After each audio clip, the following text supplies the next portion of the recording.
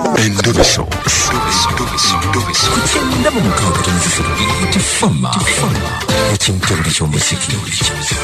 Endobeso.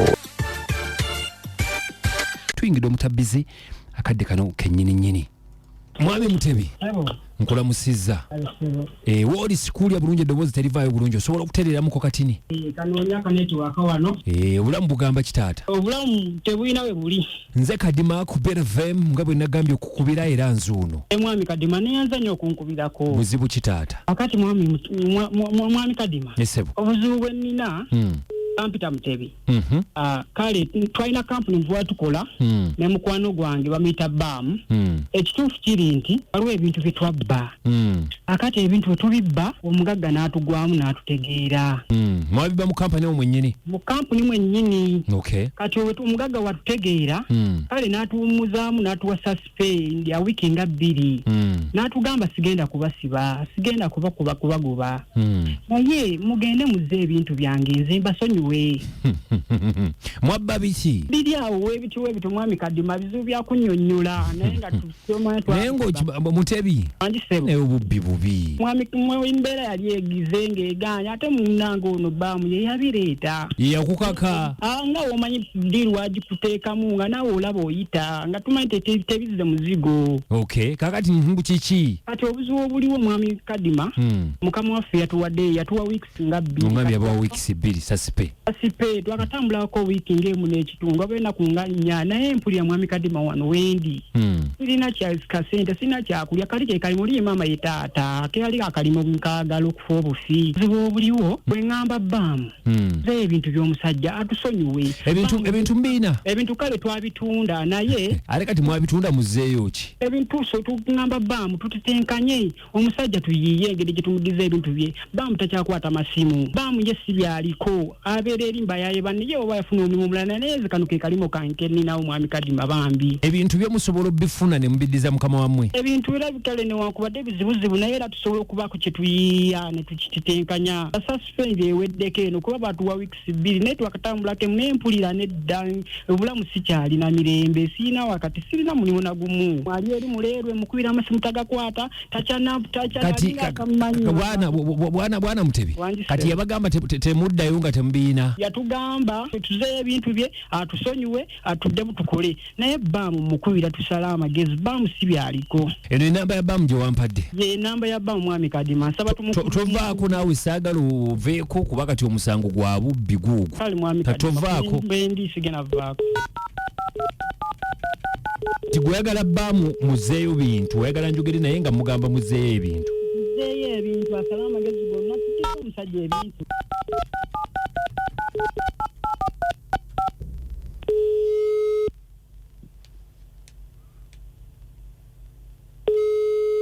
Hello. BAM. Hello.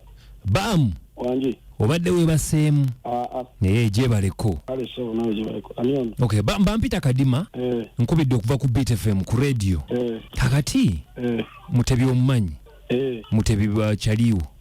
Na muganda wange tuwangadde nnyo. Muwangadde nnyo kakati Mutebi njogedde naye.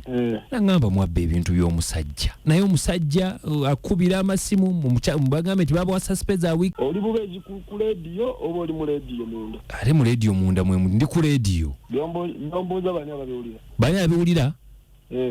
Afe tunza abiwulira. Mutebi aliwo. Wanji? Mutebi ali naye mu radio? Ndi naye wano. Kajafaza okujja ku radio. Edda yagadde twogereko naawe. Twogere ku kitayina simu yange. Anti akubira tokwata amasimu. Ate bw'okubya omuntu atakwata tabaako bize. Ani ate twagala tuyiye empenda muzzeeyo mutya ku mulimu w'omusajja kuba omusajja abawa weeks 2. Ate kati ate empenda abula Mutebi nno naye limekwefuula mu busirusiri. Ne kati lwaki mwali mubba ebintu by'omusajja BAM? Bintu ki bye twabba? Bintu ki bye twabba by'ogamba bye twabba? Anti agambye nti mulina ebintu bye mwabba era mukama omwe n'abagamba nti mulina kukola ekintu kimu kubizaayo abasonyiwe. Leka tukankubira ekintu kimulaba Mutebi oyo. Musirusiru tategeera. Ate ovuma waaki? Lwaki abadde tankubiranga amasimu? Abadde akubira Mutebi? BAM wuyo oyogera naye obadde nga tomukubira nga takwata? BAM lwaki tokwata simu zange? Ate kati gwe omuntu abeerako bize. BAM ne okubira essimu ng'ogivula bize biki ebyo by'okola nga BAM baatugoba ku mulimu. Ate kati gwe Mutebi sooka owulire.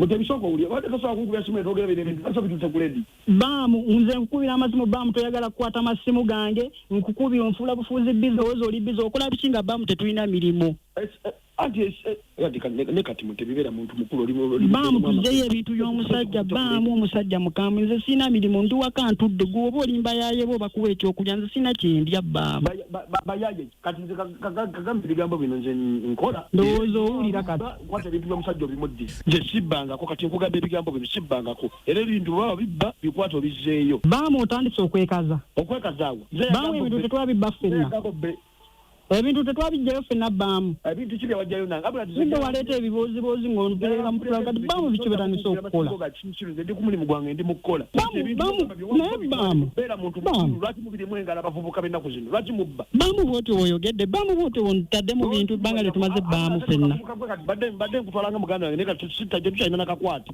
kale kola byonna ebikiri naye mukama kitufa kimanyi nti twabba era ffenna tuli babbi kale sifuddeeyo mwami Kadima kati wulira bamu musajja byankoze muwulidde mwami Kadima kati nkoze bubi okujja ku leediyo tokoze ensobi naye kyemulina okukola kati kyolina okukola kati oli alinga akweganye naye olina kukwata bintu bya musajja obimuddize mwami Kadima nabimuddiza siina bintu oba mpulidde oba mputampulidde simanyi nange simanyi kati nze namwetondera atya nga siina bintu wuyo bamu aneeganya anvuddeko kati ngenda kukola nti mwami Kadima bannange bintu nange bintabudde gwe tosobola bifuna wekka n'obitwala ola mwami Kadima bamu yamanyi abasajja bonna yabadiiringa nze nalinga bulooka nga buli kimu nkola kikolere kati bengera ani yajjayo bamu yennyini yajjayo nga bwampa twayisa wano okolaba oti naye kakati simanyi nakumanya mwami Kadima musajja nze nfudde kyogenda okukola ogenda kuddayo kuba wiikisi bbiri oŋŋambe ziweddeko mukama wo omwegayirire mwami Kadima omusajja yaŋŋaanye okuddayo nga sina bintu bye era wandabirako bw'ati akaduukulu ge kalamula ndi wakati w'ekkomera n'amagombe bambi katugendeko mbawuliza tulabe kale neyanza nnyo okunkubira Kadima namayanja ako kabogoza mugigenze gitya ku beat from ekintabuli ky'omuziki ekisinga ebikyamula bingi tetuyinza butabeebaza mwebali nnyo mwebali ddala katulabe whatsapp nga ziizo tubeere nga tutambulira awo nga bwe mubiwulidde byebyo nambasa naye taddayo ku mulimu anoonye omulimu omulala kubanga kati tekyali bwesigwa ku mulimu webale kuweereza ono nambasa enzaalwa y'esseggalye kale webale nnyo nambasa nzaalwa y'esseggalye gyasinzira okutuwuliriza banange oyo akafiiremu oli amweganye nga lumu gundi temunteeka mu bintu byammwe naye obubbi kintu kibi banange muve mu bubbi mwami Kadima mama mwebale okuweereza kale webale nnyo mukwano yayiya Kadima assalamu alaikum warahmatullahi assalamu warahmatullahi mwebale tuweereza kale era nabayanja ne kabogoza bakutumidde nabo Kasole Rashid Ngambeera Kabowa zikye nandisabye Mutebi ye kyabakola akola omukwano ne mukama we agende yeetonde era ayogera amazima nti ddala ebintu byabbibwa tinaye bamu ye yakola eba ye yandukira olukwe naye nsaba kwetonda ebikyaliwo babizzeeyo ebyatundibwa era ayogere nti byatundibwa ye mukama we alaba ekyokukola hajati wuno nzisigadde ndi Haji Kasule hajati Kadima mukwano ebalo tuweereza amanya hajati namponywa ne Kabowa naye obubbi bubi wakati amazima bantu bamaze okubba okyaddamu besiga abo tuyinza kuddayo kubeesembereza oyo alaajana naye alaajana lulwe sirowooza ni mukama wa naamusonyiwa so yalirejati namponye Kabowa